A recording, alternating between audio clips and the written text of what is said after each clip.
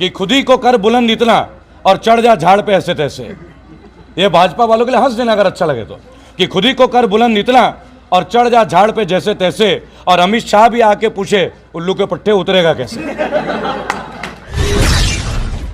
हमारे देश में जो सेलिब्रिटीज हैं, इनसे तो मैं हाथ जोड़ के आप सबसे विनती करूंगा, चाहे किसी भी समुदाय के हों, चाहे वो हिंदू हो, चाहे मुसलमान हो, चाहे सिख हो, चाहे ईसाई हो, आप सेलिब्रिटीज से दूर रहिए।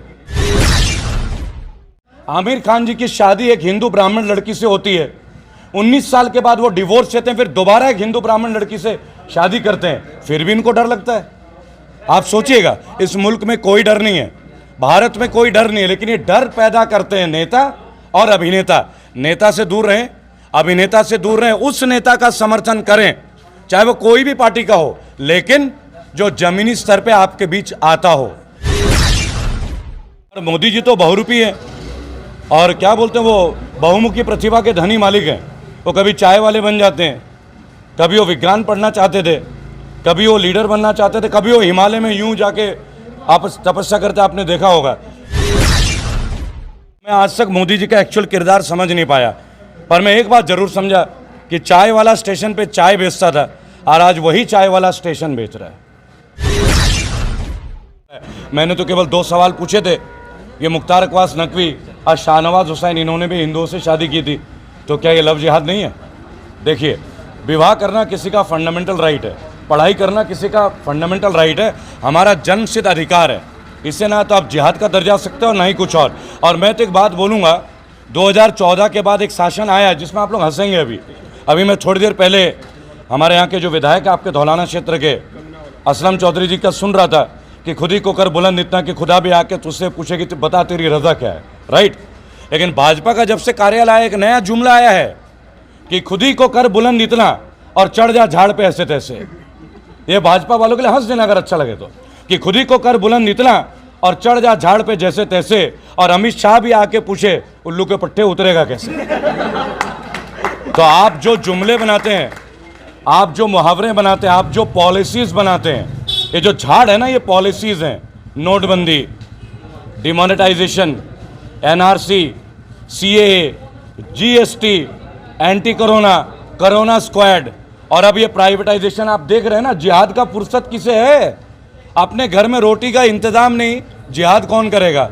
युद्ध भूखे पेट नहीं लड़ा जाता, उसके लिए पेट में भोजन होना चाहिए, तन पे कपड़ा होना चाहिए।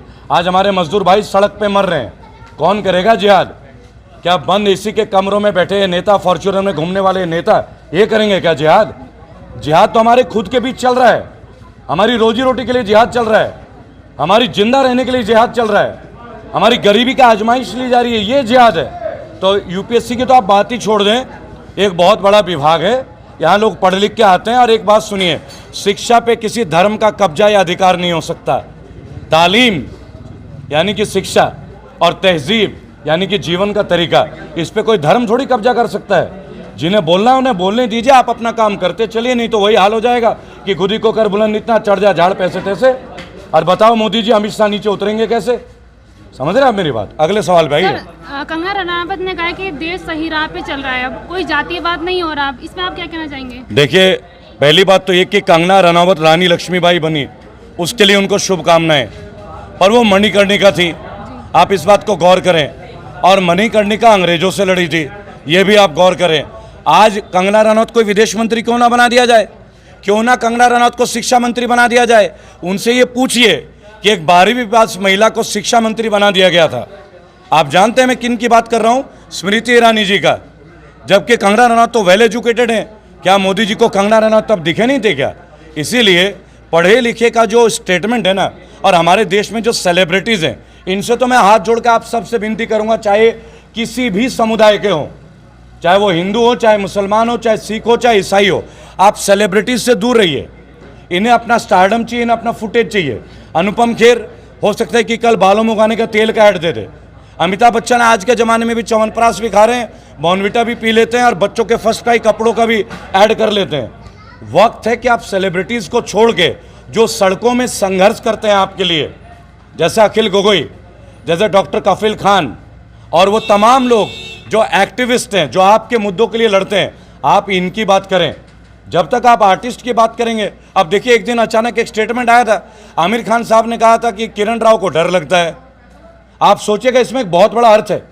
आमिर खान जी की शादी एक हिंदू ब्राह्मण लड़की से होती है, 19 साल के बाद वो डिवोर्स लेते हैं, फिर दोबारा एक हिंदू ब्राह्मण लड़की से शादी करते हैं, फिर भी इनको डर लगता है।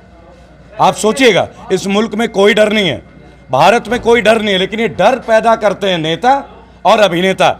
नेता से दूर रहें, अभिनेता से दूर रहें, उस नेता का समर्थन करें चाहे वो कोई भी पार्टी का हो, लेकिन जो जमीनी स्तर पे आपके बीच आता हो।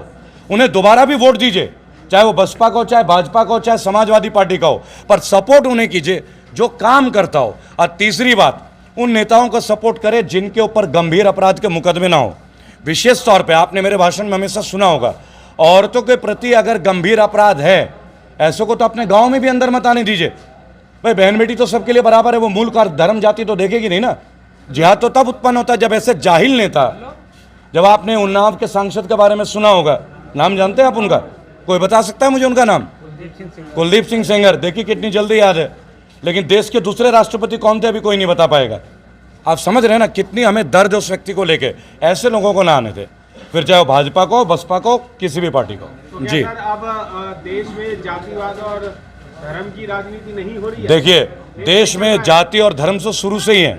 मेरे भाई, मैं हिंदू ब्राह्मण हूँ, मेरे भाई मुसलमान हैं, तो धर्म और जाति तो हमेशा से रही। हमारे देश का एक बहुत ही नायाब तरीका था। हमने क्या बोला? मजहब नहीं सिखाता आपस में बैर रखना, विविधता में एकता, ये भारत की पहचान है पूरे विश्व में।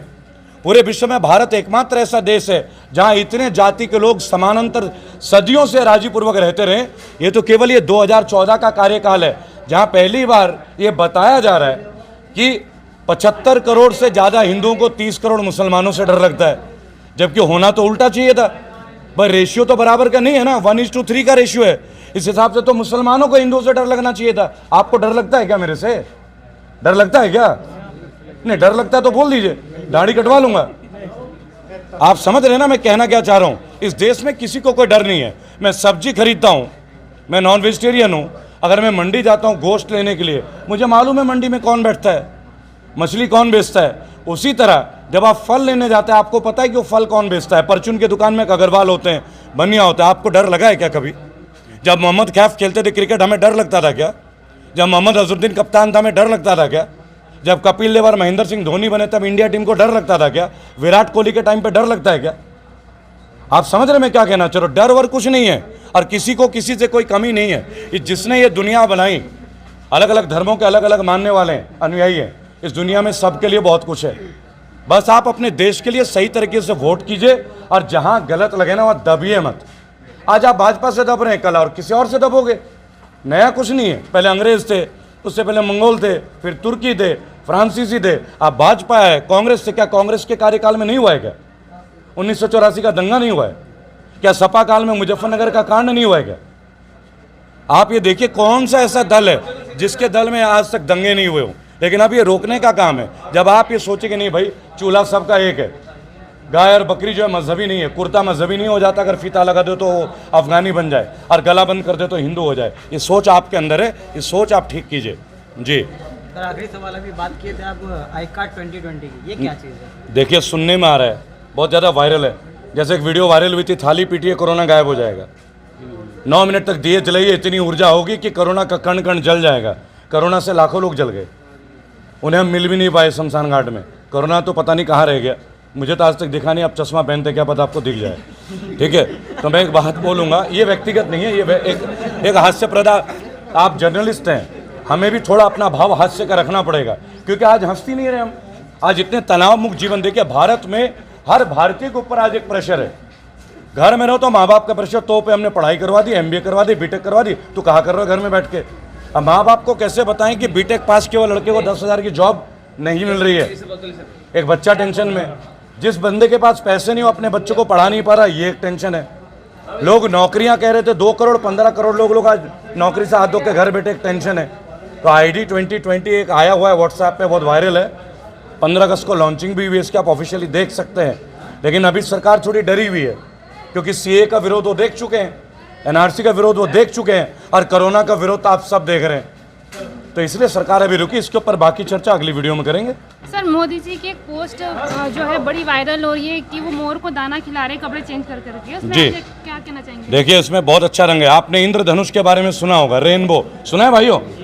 सुना है ना, 7 रंग बोलते हैं, तो मोर में भी कई रंग होते हैं। और आज तक मोदी जी का एक्चुअल किरदार समझ नहीं पाया, पर मैं एक बात जरूर समझा कि चाय वाला स्टेशन पे चाय बेचता था और आज वही चाय वाला स्टेशन बेच रहा है।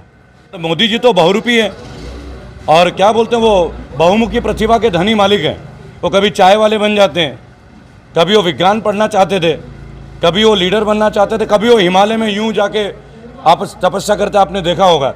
एक्चुअली गोविंदा की एक फिल्म है राजा बाबू, आपने देखा होगा, जिसमें गोविंदा इंस्पेक्टर भी बन जाते हैं, लॉयर भी बन जाते हैं और बहुत तरह का किरदार निभाते हैं। तो मैं इसी में जवाब है आपका मैडम। सर आप यहाँ आए हैं, बच्चों को प्रोत्साहित किया, टॉपर बच्चों को, उस पर आप क्या कहना चाहेंगे? मैं सबसे पहले एक बात बोलूँगा, मैं एक बैक बेंचर था, यानी सबसे पीछे बैठने वाला, और मेरा पूरा ग्रुप बैक बेंचर था। मेरे साथी मोहम्मद फिराद एहसान, हम लोग पढ़ते थे सेंट मेरी स्कूल से, और जहाँ पे सुशांत सिंह की आखिरी फिल्म की शूटिंग हुई, मैं उस स्कूल का हिस्सा हूँ, जमशेदपुर टाटा नगर का। और हम बैकवर्ड होते थे, सबसे पीछे, और हम सबसे आगे निकले। फिराद आज साइंटिस्ट है। स्कूल के जो शिक्षक होते हैं, एक लाइन बोलूँगा मैं आपको, अ गुड टीचर टीचेस, यानी कि एक अच्छा शिक्षक पढ़ाता है, एन एवरेज टीचर एक्सप्लेन्स, यानी कि एक औसतन शिक्षक समझाता है, but the best teacher inspires, लेकिन जो उत्तम शिक्षक होता है वो प्रेरित करता है। जब शिक्षक प्रेरित करते हैं तो गधा भी घोड़ा बनता है, उनमें से गधा मैं हूँ। और आज आप लोगों के बीच हूँ और माइक लेके आप खड़े हैं, तो ये रियलाइज़ होता है कि अब मैं घोड़ा बन गया, कि एक मंच मिला, लोग मुझे सुन रहे हैं। इसका मतलब धन्यवाद उन टीचर्स का, उन शिक्षक का, उस संस्था का, मेरे सीनियर्स का और मेरे जूनियर्स का, जिन्होंने मुझे बहुत प्यार दिया। मैं गर्व से कहता हूँ, ये जिस जगह पे आप खड़े हैं, इस संस्था में रहबर फाउंडेशन एक बेहतरीन काम कर रही है। यहाँ के जो पूरे टीम है समर्पित है अपने बच्चों के लिए। आप बच्चों का समर्पण देने का समय है। मुझे बहुत अच्छा लगा, मैंने कई फंक्शन अटेंड किए, सेमिनार्स किए, लेकिन बतौर गेस्ट ऑफ ऑनर मेरा ये पहला था। तो मैं इसको एंजॉय कर रहा हूँ और आप सभी का मैं बहुत बहुत धन्यवाद देता हूँ।